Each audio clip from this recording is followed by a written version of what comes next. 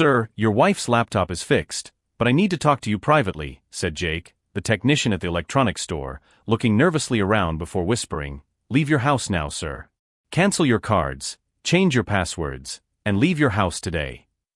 I was at Computer Fix, a small shop in downtown Portland, Oregon, just to pick up my wife Rebecca's laptop, which had broken last week. The screen had cracked after she dropped it on the kitchen floor, or at least that's what she told me. I frowned, confused. "What are you talking about, Jake? Is there a problem with the device?" Jake, a thin guy in his mid-20s with tattoos on his arms, looked around once more before opening the laptop in front of me. "It's not the device, sir. When I tested the system after the repair, a notification popped up on WhatsApp. I accidentally saw the messages and..." His voice faltered for a moment. "Sir, your wife and son are planning to kill you." The world seemed to stop around me. The noise of traffic outside, the hum of computers being repaired, everything was muffled as Jake's words echoed in my head.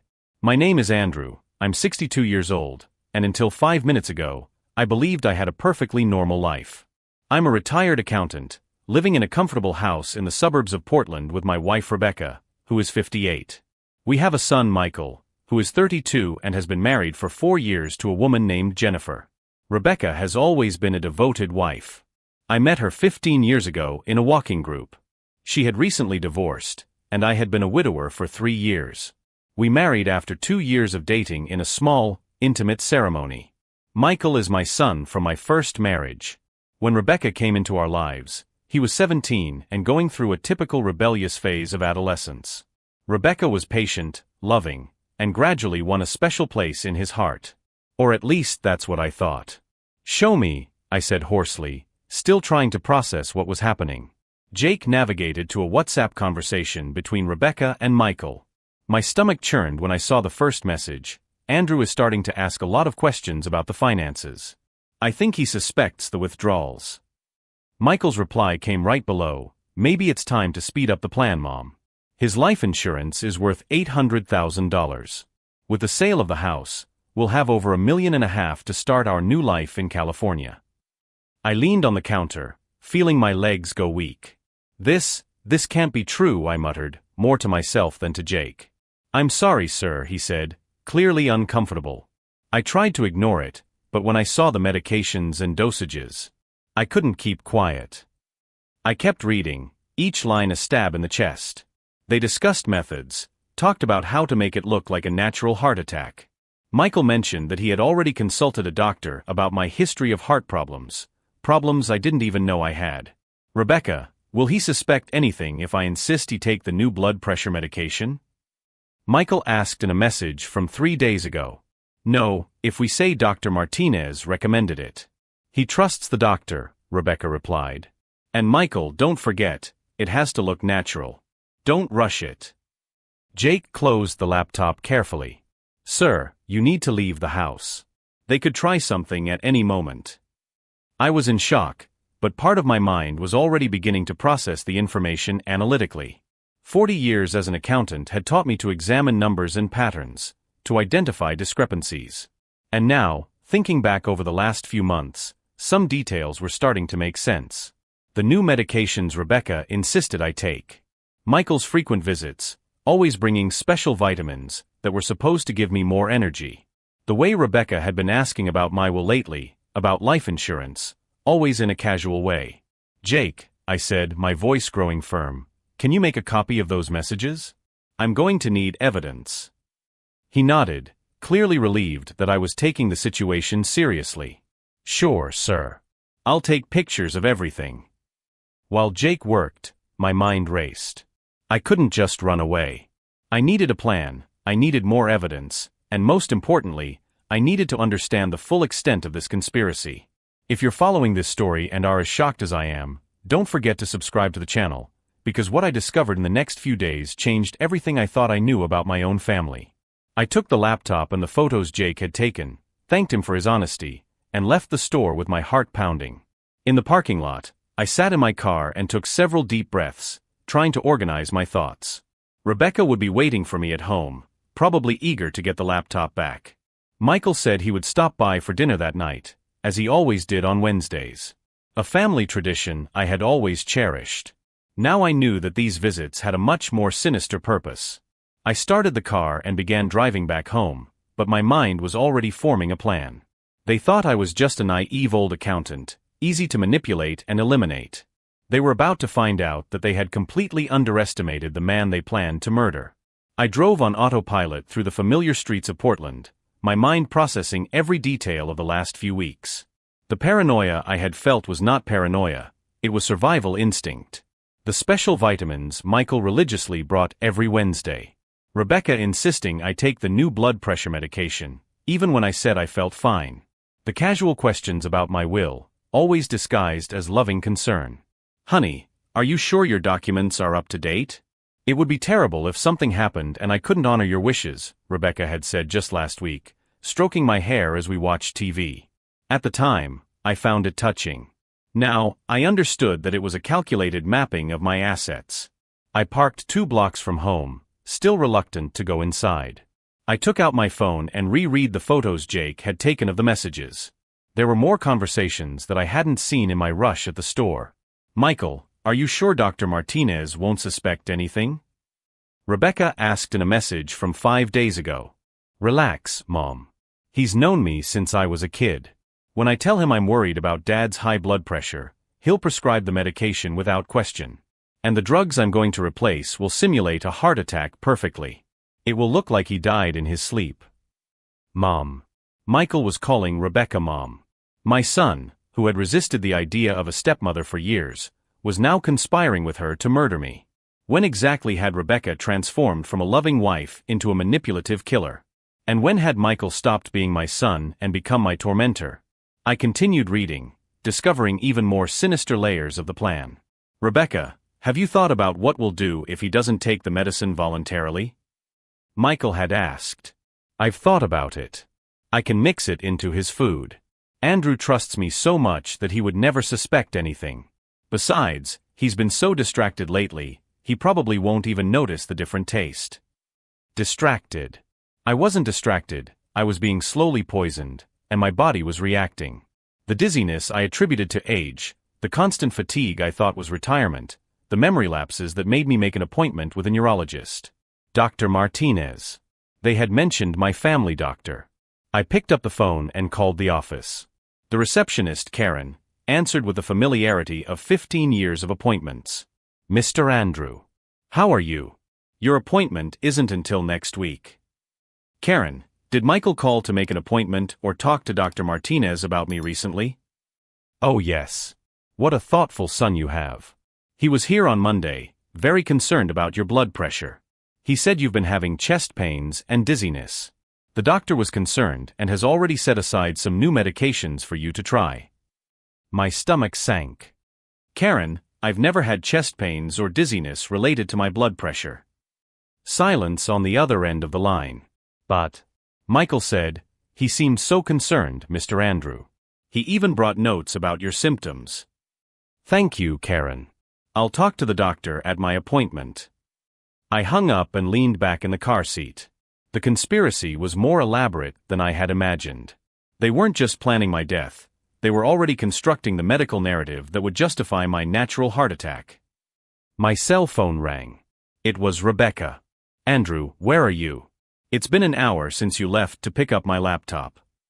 I took a deep breath, forcing normality into my voice. "I had to take care of a few things downtown. I'm on my way back." "That's good. Michael came home early today. He brought those vitamins you like and is helping to make dinner. We made your favorite dish." Of course they did. Probably loaded with the medication Michael had gotten from Dr. Martinez. "Wonderful. I'll be there in 15 minutes. I love you, honey." The words that once warmed my heart now sounded like a black widow's farewell to her prey. I drove slowly home, looking at my own street with different eyes. The white 2-story house with the garden that Rebecca meticulously tended now looked like a scene from a horror movie. The brightly lit windows that had always represented warmth and security now housed 2 murderers patiently planning my death. I parked in the garage and took several deep breaths. I needed to act normal, at least until I discovered the full extent of the conspiracy. As an accountant, I knew that every fraud leaves traces. And if Rebecca and Michael were planning to kill me for money, there were other financial aspects I needed to check. I entered through the back door, hearing cheerful voices coming from the kitchen. Dad. Michael got up to hug me, the same warm display of affection I associated with our weekly dinners. How was your day? Now I could see the falseness behind the smile, the way his eyes didn't reflect genuine joy at seeing me. It was the careful performance of a man playing the role of a loving son. It was good, son. How was yours? Productive. I was talking to Rebecca about your finances. She's worried because you've been forgetting to pay some bills. Another piece of the narrative. Establishing that I was losing my mental capacity. Forgetting. I asked, looking at Rebecca, who was stirring something in the pot with excessive attention. Nothing serious, dear, she said without turning around. Just a few bills that arrived and stayed on the table longer than usual. I thought we could set up a system for Michael to help us occasionally. What kind of system? Michael stepped forward. Nothing complicated. Maybe I could have access to a secondary account, just for emergencies. And Rebecca mentioned it would be good to update the powers of attorney in case you get sick or something. They weren't wasting any time. Access to accounts, powers of attorney, establishing financial control before executing the murder. Interesting, I replied, keeping my voice neutral. Let's talk about it after dinner. Rebecca finally turned, handing me a glass of red wine I hadn't ordered. Your favorite, she said with a smile. I held the glass, watching the ruby liquid against the light. Would it be paranoia to suspect it was poisoned, or sensible caution? Cheers, Michael said, raising his own glass. To family, Rebecca added. I brought the glass to my lips, pretending to drink while watching them over the rim. If I died today, it would look like a heart attack after a pleasant family dinner. Natural, without suspicion.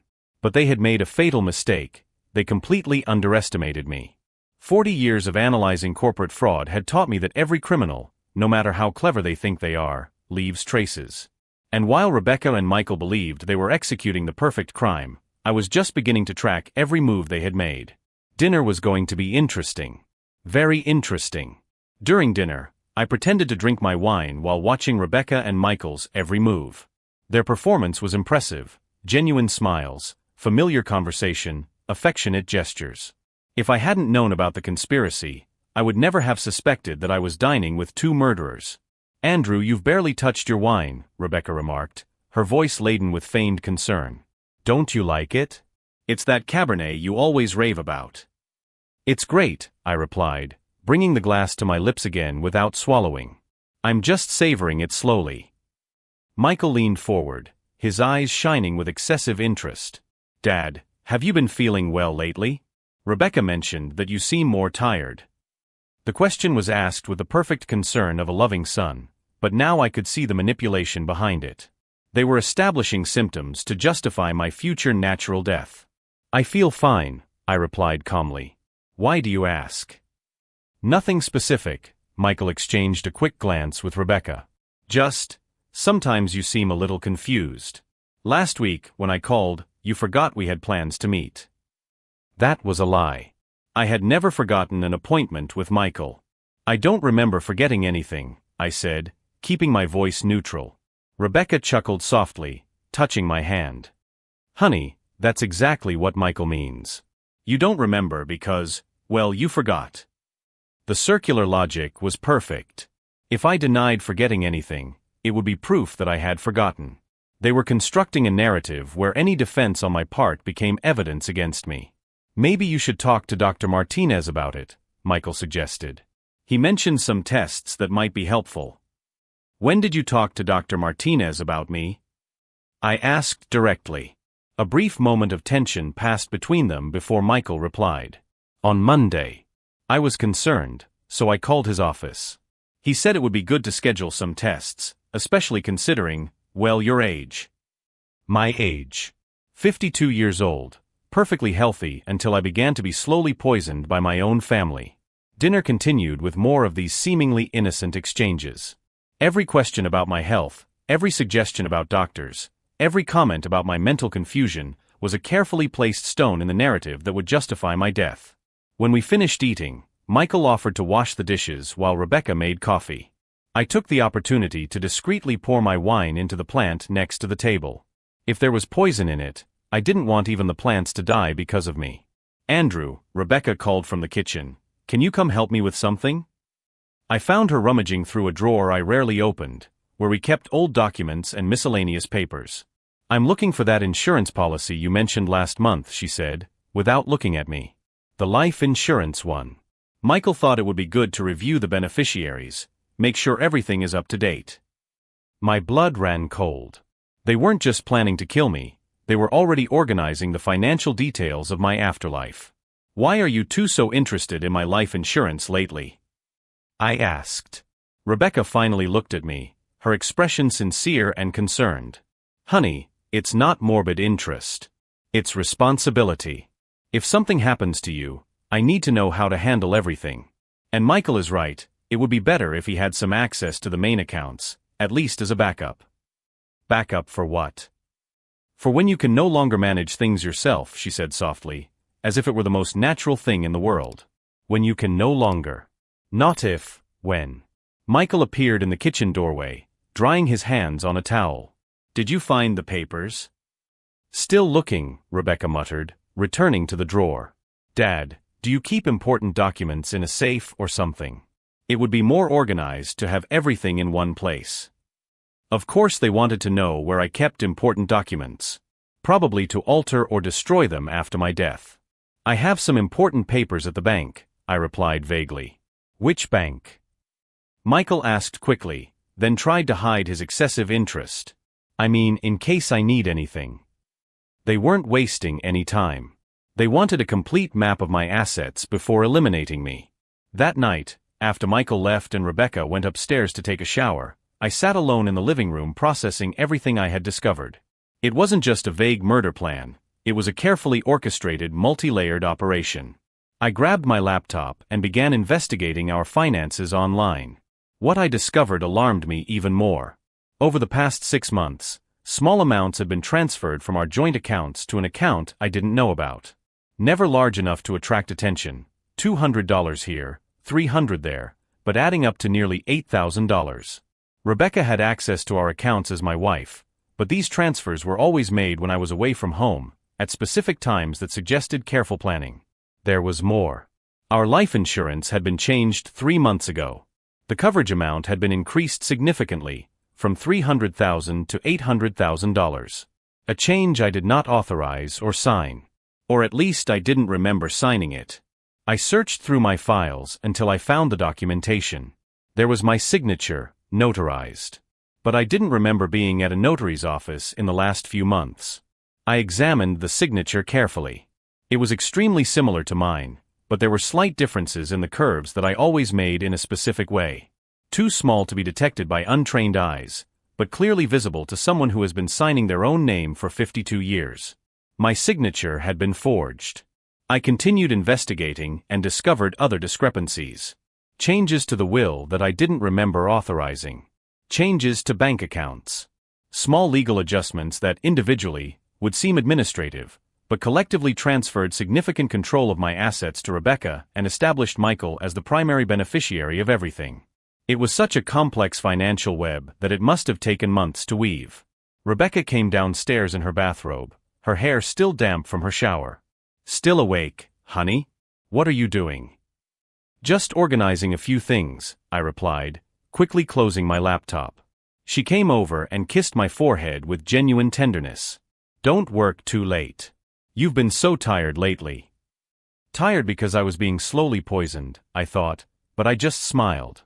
"I'll be up in a few minutes."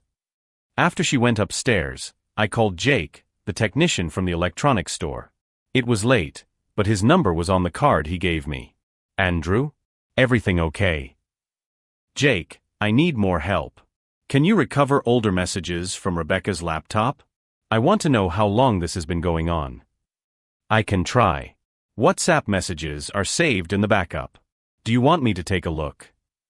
"Yes. And Jake, do you know any lawyers? Someone discreet." "My cousin works at a firm downtown. He specializes in criminal law. Do you want his contact information?" "Yes. And Jake, thank you. You saved my life. Not yet, sir. But we'll get there. I hung up and leaned back in my chair, my mind now working with a clarity I hadn't felt in months. The symptoms of confusion, fatigue, memory lapses, it all made sense now. I wasn't aging or developing dementia. I was being methodically poisoned to create symptoms that would justify my death. But Rebecca and Michael had made a fatal mistake in underestimating me. 40 years as an accountant had taught me that every fraud, no matter how elaborate, leaves traces. And every person who commits fraud, no matter how smart they think they are, eventually becomes overconfident and makes mistakes. They were about to find out they had picked the wrong victim.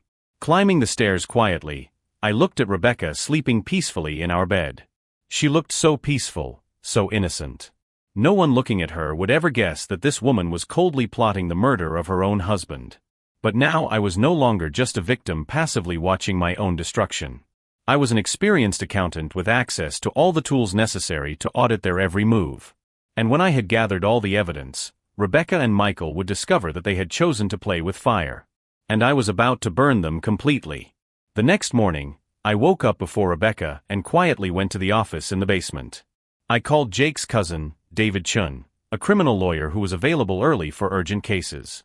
Mr. Andrew, Jake briefly told me about your situation. Can I see you today? The sooner the better. 9 o'clock in my office. And bring all the evidence you've gathered so far. I discreetly printed out all the photos of the messages, the bank statements showing the unauthorized transfers, and the documentation of the forged life insurance policy. I organized everything into separate folders, numbered chronologically. 40 years of auditing experience had taught me that meticulous documentation was the difference between suspicion and irrefutable proof. Rebecca came down to the kitchen as I was putting the papers away. "You're up early, honey," she said, kissing my forehead. "Did you sleep well?" "Like a log," I lied. "I'm going out for a bit to take care of some business at the bank." "The bank?" Her eyes lit up with excessive interest. "Is there a problem?" "Nothing much. Just updating some information." In fact, I was heading straight to David Chen's office in downtown Portland, armed with enough evidence to send Rebecca and Michael to prison. David's office was on the 22nd floor of a commercial building.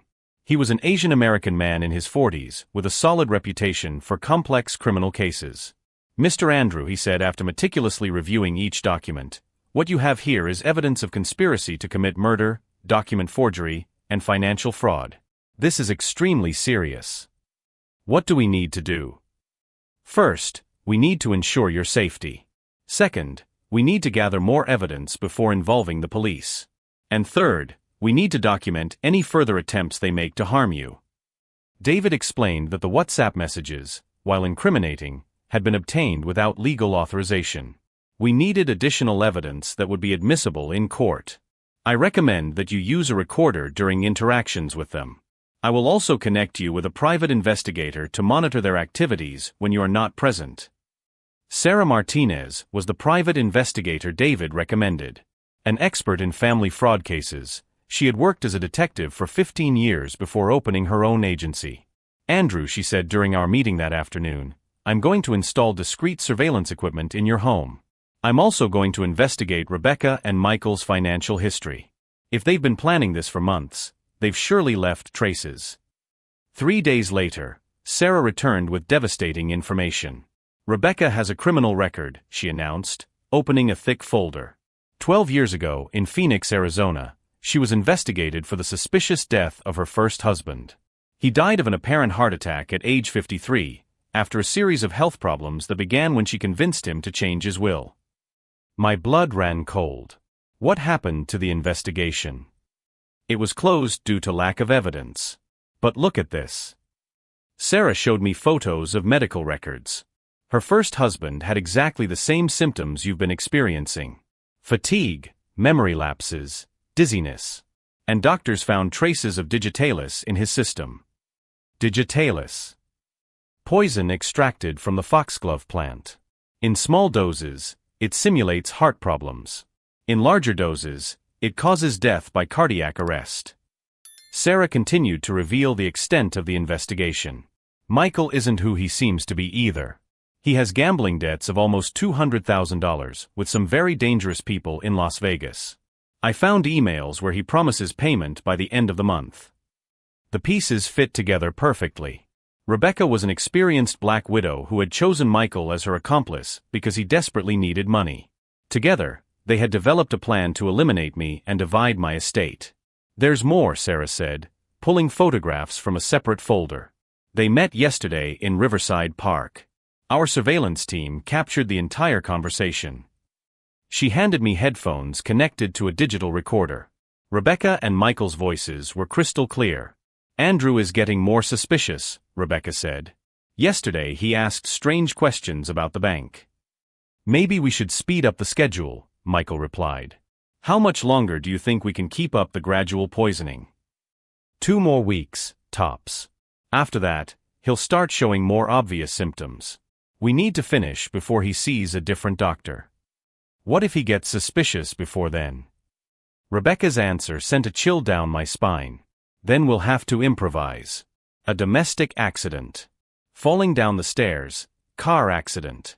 Anything that seems natural for a man his age with heart problems. I took off my headphones, feeling nauseous. They weren't just planning to kill me, they were actively adjusting their methods based on my behavior. Sarah, how much more evidence do we need? Enough to guarantee conviction without the possibility of appeal, she replied firmly. I want them to spend decades in prison. I returned home that night with a digital recorder hidden in my shirt pocket and a carefully crafted plan. David had arranged a meeting with the district attorney for the following week, but first we needed to document their next attempts at poisoning.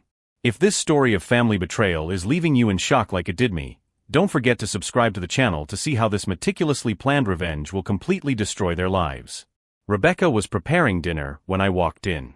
Hi, honey. Michael called earlier. He's coming by tomorrow to talk about your finances. He brought an accountant friend who can help with some investments. An accountant friend. Probably another accomplice to facilitate the theft of my assets after my death. That's great, I replied, discreetly turning on the recorder. What kind of investments? Nothing too complicated. Just a few ways to optimize your resources while you're still, well, you know, healthy and able to make decisions. While you're still alive, she meant. Rebecca, I said calmly, can I ask you a question? Of course, dear. Why is everyone suddenly so interested in my finances? First Michael wanting powers of attorney, now investments. It seems very coordinated. I saw a flash of panic cross her eyes before she forced a smile. Honey, it's just concern. You've been so forgetful lately, and we want to make sure your interests are protected. Forgetful how? Well, she hesitated, yesterday you forgot where you put your car keys. Last week, you couldn't remember our neighbor's name. More lies to build the narrative of mental decline. I never forgot the keys or the neighbor's name. That night, lying next to Rebecca, I listened to her steady breathing and knew I was sleeping next to a serial killer who had killed at least one person before and was planning to kill me in a matter of weeks. But now I was no longer a passive victim watching my own destruction. I had a team of professionals, irrefutable evidence, and a plan that would turn Rebecca and Michael from predators into prey. They had spent months planning my death, believing I was just a naive old accountant. Tomorrow, when Michael brought his accountant friend to facilitate the theft of my assets, they would discover that they had completely underestimated their supposed victim. And that would be the last time either of them would ever underestimate Andrew again. The next morning, Michael arrived punctually at 10 o'clock, accompanied by a short man with glasses who introduced himself as Tony Marchetti, a financial advisor specializing in asset optimization for retirees. Dad, Tony is going to help us organize your investments more efficiently, Michael said, opening a folder full of documents. Especially considering your health situation. My health situation. They didn't even bother to hide it anymore. What kind of optimization? I asked, discreetly turning on the recorder in my pocket. Tony smiled with the oily confidence of someone who had done this before. Mr. Andrew, at your age and with the cognitive symptoms Michael has reported to me, the ideal thing would be to transfer some assets to a protective structure. This ensures that if you are no longer able to make decisions, your family will have immediate access to the resources. Sarah had warned me about this. It was exactly the same method used in the case of Rebecca's first husband, transferring assets before carrying out the murder, avoiding legal complications later. What cognitive symptoms did Michael report? I asked directly. Michael exchanged a quick glance with Tony before answering. Dad, you know, the forgetfulness, the confusion. Yesterday you asked where the car was that was in the garage. Another lie. I never asked where the car was. Rebecca appeared in the room carrying a tray with coffee and homemade cookies. I made the special coffee you like, honey, she said, handing me a cup with an affectionate smile. The special coffee. Probably laced with digitalis. Thanks, I replied, holding the cup without drinking. Don't you guys want coffee? We already had some, Rebecca replied quickly. Tony began to explain the documents, all designed to transfer complete control of my assets to Rebecca, with Michael as secondary beneficiary. As he spoke, I watched their every move through eyes trained by experience. Rebecca constantly checked to see if I was drinking the coffee. Michael maintained excessive eye contact, studying my behavior for signs of mental confusion. Tony pressed for immediate signatures, citing tax windows that would soon close. It was a coordinated operation to rob me while slowly killing me. These documents are quite complex, I finally commented. I would like my own lawyer to review them before I sign. The reaction was instantaneous. Michael leaned forward, trying to look concerned. Dad, don't you trust me? I'm just trying to protect your interests. Of course I trust you, I replied calmly. But 40 years as an accountant have taught me never to sign anything without a thorough review. Tony frowned. Mr. Andrew, with all due respect, sometimes overanalysis can lead to decision paralysis, especially when there are cognitive issues involved. Rebecca approached, touching my shoulder with feigned tenderness. Honey, are you sure?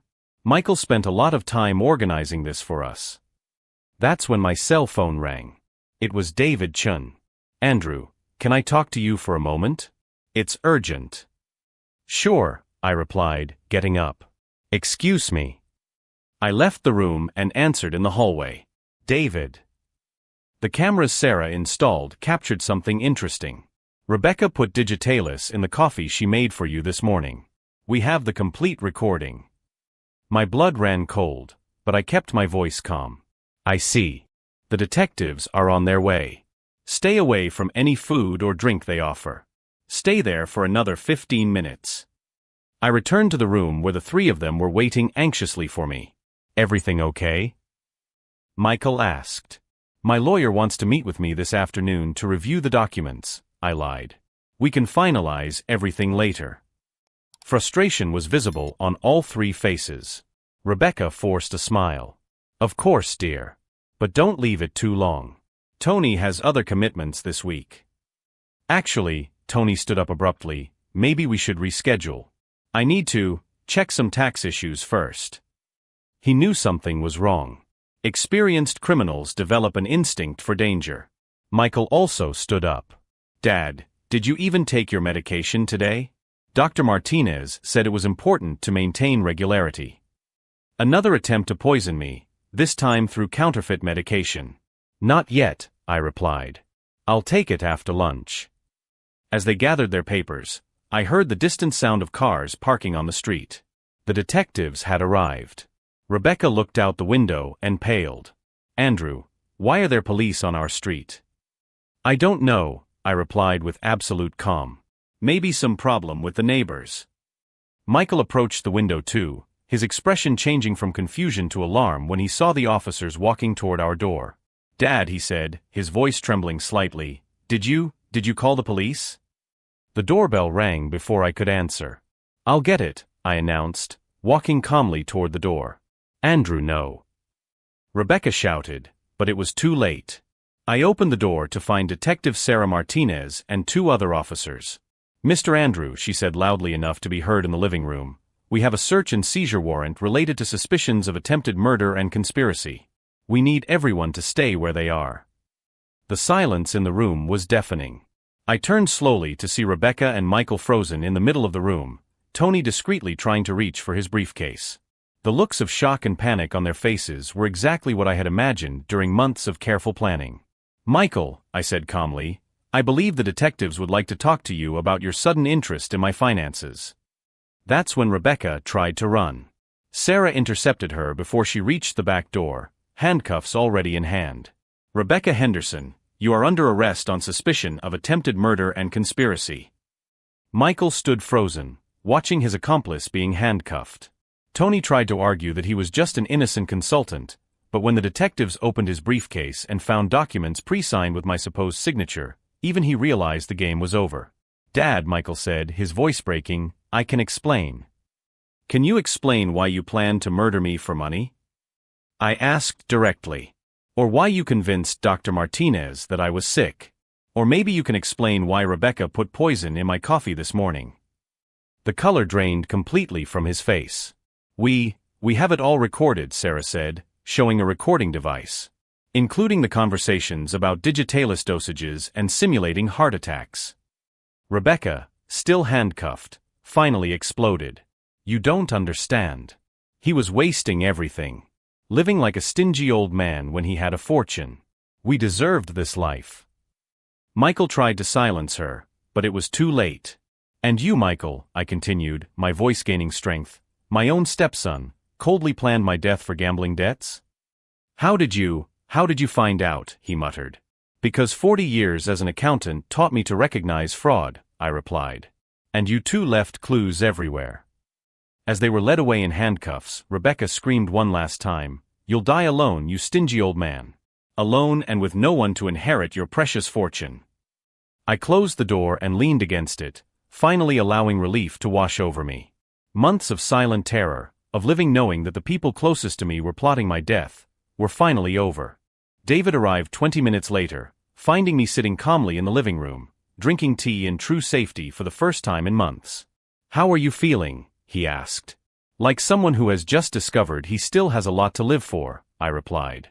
But there was one last twist I hadn't expected. Sarah returned that afternoon with news that would change everything again. "Andrew," Sarah said, opening a new folder, "Rebecca wasn't just planning to kill you. We found evidence that she's done it before. 3 times. My blood ran cold. 3 times. Phoenix, Arizona, her first husband. Denver, Colorado, a wealthy 67-year-old boyfriend. And Tampa, Florida, another husband who died naturally after changing his will." Sarah spread photographs across the table. "All 3 had the same symptoms as you. All died of apparent cardiac arrest. And in every case, Rebecca inherited considerable fortunes." The woman I thought I knew was a serial killer. Did Michael know? From the intercepted conversations, no. She manipulated him as much as she tried to manipulate you. She promised him $50,000 to pay off his gambling debts, but planned to eliminate him after she got his money. 2 weeks later, I sat in court watching Rebecca and Michael receive their sentences. Rebecca was sentenced to life in prison without the possibility of parole for 4 counts of first-degree murder, including the 3 previous husbands that the detectives were able to investigate. Michael received 25 years for conspiracy and attempted murder. At the moment of sentencing, he finally looked me in the eye. "Dad," he said, his voice breaking, "I'm sorry. She convinced me that you were sick, that it would be merciful." "Michael," I replied calmly, "you chose money over family. Now you'll have plenty of time to think about that choice." I sold our house a week later. Every room was filled with memories tainted by betrayal.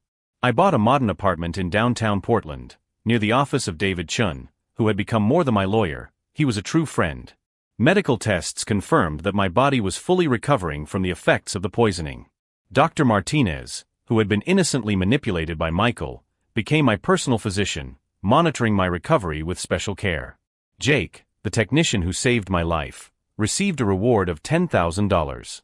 I used part of the inheritance Rebecca never managed to steal to set up a protection fund for elderly victims of financial abuse.